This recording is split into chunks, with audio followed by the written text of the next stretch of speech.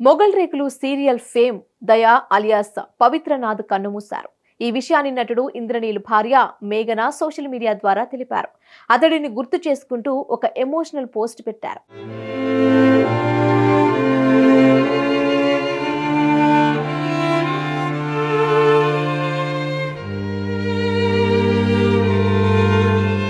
ఈ బాధను మేం జీర్ణించుకోలేకపోతున్నాం. మా జీవితంలో చాలా ముఖ్యమైన వాడివి. ఈ వార్త విన్న తర్వాత మేం ఇది నిజం కాకూడదని కోరుకున్నాం. ఇది అబద్ధమైతే బావుండని ఆశపడ్డాం.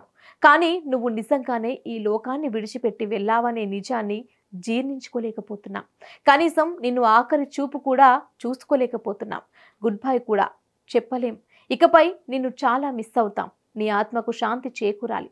నీ కుటుంబానికి దేవుడు మరింత శక్తినివ్వాలి అని ఎమోషనల్ అయ్యారు. అయితే అతను ఎందుకు ఎలా చనిపోయాడో వివరాలు తెలియదు. బుల్లితెరపై సంచలనం సృష్టించిన మొగిలి రేకులు సీరియల్ గురించి అందరికీ తెలిసిందే.